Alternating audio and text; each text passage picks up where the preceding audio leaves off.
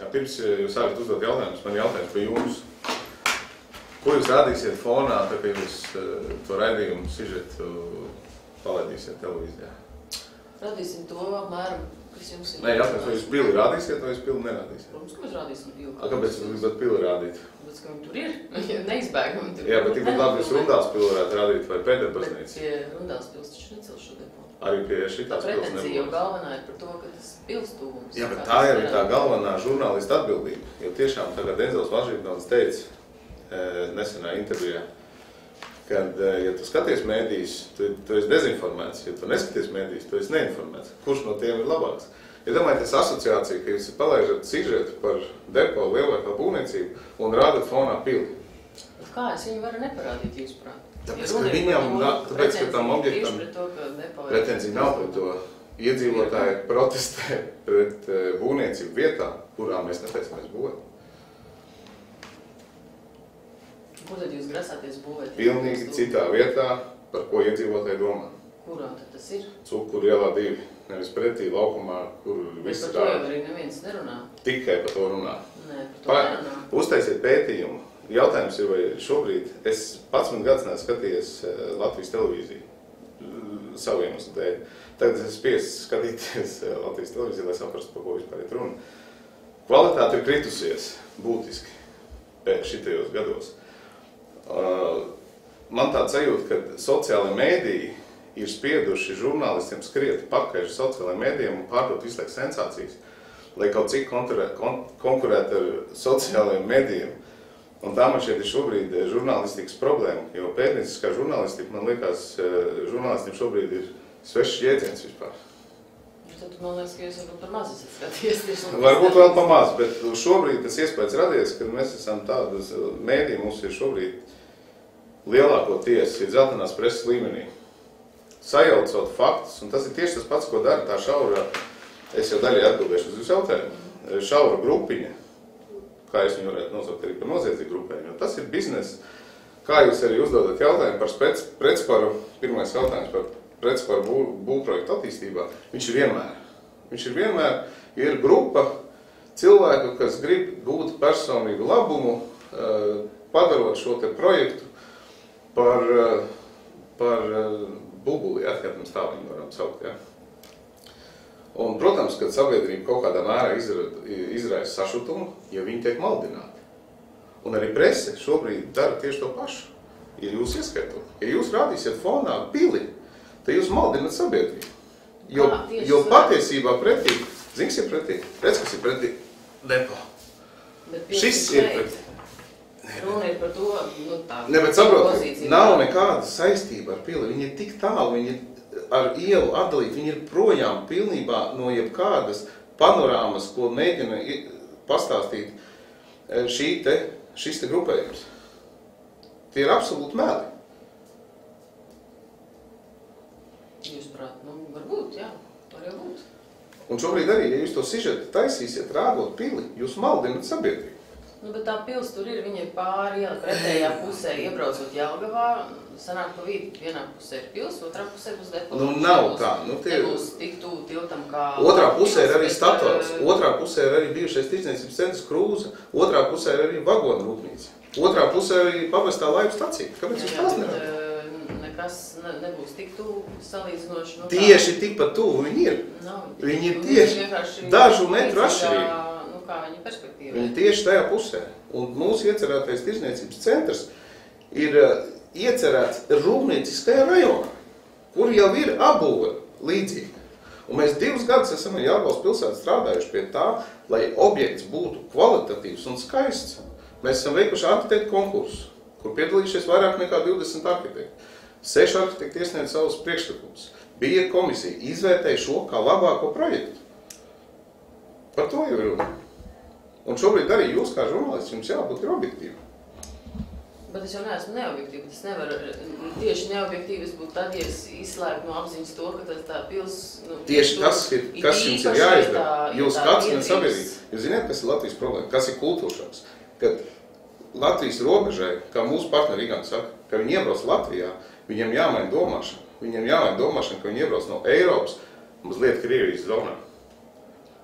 Jo mums tā investīcijas mums ir kritiski zemā līmenī Latvijā.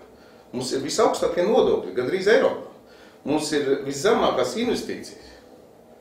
Un tagad taisa šito te darbu grupu mēģina saprast, kāpēc investīcijas nav. Kā mēs veicināsim investīcijas. Ja? Un šitāds grupēji ar mērķi iedzīvoties personīgos labumos grauj uzņēmējdarbību Latvijā. Tas ir noziedzīgs nodarījums. Un jūs viņiem dziedat līdzi. Es nevienam nedziedu līdzi, vienkārši es nevaru arī piekrist tam, ka tās pils tur nav, ja viņi tur ir. Ja tā pils ir pilsētas simbols, un tā netālu no tās uzbūvē depo, un tad tas ir tā kā brīvības pieminekli, netālu no brīvības nav nekāda sakara, tie ir absolūti meli. Tie ir absolūti meli. Tie ir absolūti meli. Tie ir absolūti meli. Tas nav meli, tas vienkārši salīdzinājums. Nav absolūti nepareiz salīdzinājums. Viņiem nav nekāda sakara. Tiesniecības centram, ko mēs esam iecerējuši, vienīgā saistība ar Jelgavas pili, tas, ka viņi atrodas vienā administratīvā teritorijā. Citas saistības tur nav. Un protestētāja grupa šeit ir sakacinājusi publiku, patiesībā veicot aptaujas, nezinu, jūs esat Jelgavnieku aptaujīguši, kuri izbrīnīti, ka noskaidro patiesībā, kur atradīsies šis te lielveikals. Detāli plānojums saskaņots jau tālajā 14. vai kurā gadā iepriekš. Tāpēc tieši šobrīd ir žurnālistiem rokā ir šis te instruments pareizi vai nepareizi pasniegt šo informāciju. Un tāpēc man ir jautājums, ja jūs rādat pili, tad jūs esat neobjektīvi. Mēs viņu nevaram nerādīt, tāpēc, ka tā pretenzija, es atspoguļu... Ne, jūs viņu nevarat nerādīt, ziniet, kāpēc? Ka jūs gribat pārdot sensāciju. Un ja jūs nerādīsiet, tas sižets vairs nav interesants. Jo ir objekts, kurš atrodas pareizā vietā, atbilstoši teritoriju plānojumam, un viņš ir ļoti kvalitatīvs. Kuram interesē tāds raidījums? Es saprotu, ka jūs ļoti šeit saprotat šis raidījums. Nē, es vienkārši piekrītu jūsu intervijā. Jūs teicāt, ka jūs būsiet objektīvi. Tāpēc es jautāju par objektivitāti. Bet es nevaru atspoguļot abu divu pušu viedokļus, tad, ja viena puse brēc par to, ka par pilstūmu un neparādīt šo pili. Kura pusi brēc? Ir šaus grupējums, kas brēc par šo te? Tas ir jūs priekš... Un es nebrīnīšos, ka viņi pārtās politiskā partijā.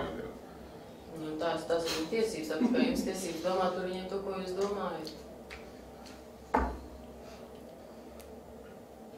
Man šķiet, ka es esmu atbildējis gan uz visiem jūsu jautājumiem šajā tēmā. Jā, par to pretspāru jūs atbildējāt, man liekas, jūs teicāt, ka vienmēr ir... Vienmēr ir pretspārs. Jā. Es jums atgādīšu pēdējo pretspāru. Ļoti populārs. Dzīvojamais objekts Ādašu pagastā ar nosaukumu Pēli. Un tur bija tāds pats pretspāra dalībnieks Priedskums, kurš nesen ir dabūjis notiesājuši spriedumu par nepatiesu labumu ņemšanu. Šeit tas ir mazliet savādāk, jo tā motivācija ir mazliet cita, vai pareizāk sakot, avoti ir mazliet citi, jo skatoties to aktivitāti, mēs redzam, ka tas tiek finansēts. Kā jūs to redzat? Pietiekoši ir tie netiešie pierādījumi, kā te teikt. Ir netiešie pierādījumi. Pirmkārt, parakstu vākšana tiek notiek konkurentu telpās. Motīvs, kā Šerlokums teica, galvenais ir motīvs, ka tirgotājiem, kas ir šobrīd Jelgavā, viņiem būs mazliet jāpārorientējās savā biznesā, jākļūst mazliet konkurētspējīgām, kvalitatīvākiem. Un katra diena, ka šis tirdzniecības centrs nav, viņiem ir skaitāms 10 000 eiro ieņemumos. Un iedomājieties to motivāciju darīt visu, lai aizkavētu šo projektu. Tas ir motīvs. Sekojiet naudai un zināsiet patiesību. Tad jūs pilnīgi izslēdzat, ka viņiem varētu būt vienīgais viņu motīvs, varētu būt skaista pilsētas vidi, kur viņiem nešķitīs pietiekami labi, tad, ja tur šajā vietā tiks uzbūvēts depo. Es esmu tajā vecumā, kad es pasakām vairs neticu.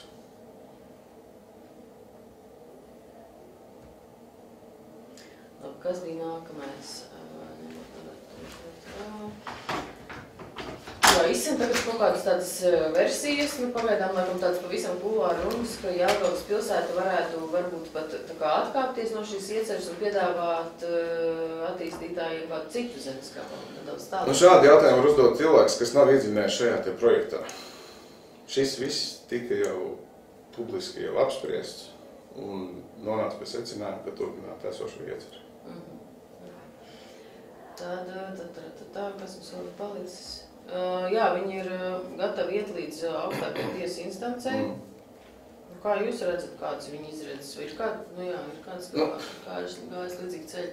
Demokrātiskā valstī jebkurš var apsturīdēt jebko, bet par izredzēm, tas jau ir jau bookmakeru rokās, kāds tad ir kam izredzes. Es ar to nenodarbājos. Bet jūs prāt, ir viņiem kaut kādas, izredzes? Nē, tas ir bookmakeri, es nelieku likums uz to. Mēs darām savu darbu pēc labākās sirdsapziņas un ceram uz labāko iznākumu. Par ieguldījumiem, kas būs nepieciešami, lai varētu attīstīt šo veikalu atrašanos, satiksmes pārplānošanu. To mēs visi esam ņēmuši vērā projektos, kurus mēs realizējam. Mēs diezgan daudz ieguldam pilsētas infrastruktūrā, arī Jelgavā tajā pašā RAF centrā, kas ir arī viens no objektiem, ko mēs esam uzbūvējuši pēdējo gadu laikā šajā pilsētā. Manuprāt, sanāca ļoti kvalitatīvs. Mēs esam ieguldījuši gan satiksmes organizācijā, gan luksusforu sinkronizācijā, gan ielas atjaunošanā. Tā ir normāla praksa. Ok, tad no šitiem jautājumiem es domāju, ka viss. Bet par to atrašanās vietu tad varbūt vēlreiz sīkāk. Šis te, tas, ko mēs šeit redzam, tas zaļais plecis ir tā atrašanās. Tieši pretī upei, pretī iecerētā tieši pretī upei, un tad tā ir pamestā laivu stacija. Kur šobrīd viņiem ir tā kā pludmali. Nē, laivu stacijā nav pludmali, tur ir pamests ēkas, kur es domāju, ka tur ir bīstami pat atrasties. Tas ir tie mazdārziņi šeit. Nē, šī bildē pastieties, redz, ka šī ēka, viņi pamest, viņā nekas tur nenotiek. Es jums ieteiktu vienkārši aizbraukt uz vietas pastīties, kāds patiesībā tur izskatās. Šī pasta savu. Tu ne? Es saprotu pēc tās pirmās. Es saprotu, ka tas depo ir vairāk nost. Mēs skatāmies no depo šitām te. Ja mēs nāvājam tas depo jums, mēs šī redzētu. Kā jūs domājat risināt, piemēram, to, kas parasti ir redzams aiz šādu rūpniecības preču veikalu sētas pusē, kur ir kastes, maisi, Tas nav šī sarakstā ar jautājumiem, ko jūs atsūtījāt. Jums vajadzēja iesūtīt, tad būtu sagatavojies vairāk par šo. Kā mēs to risinām, tas vienmēr tiek risināts, bet šobrīd šādi jautājumi, jūs viņiem nebijāt iesūtījuši. Bet tad projektā tas nav atrunāts? Projektā tas ir ļoti labi atrisināts, dziļāk projekts.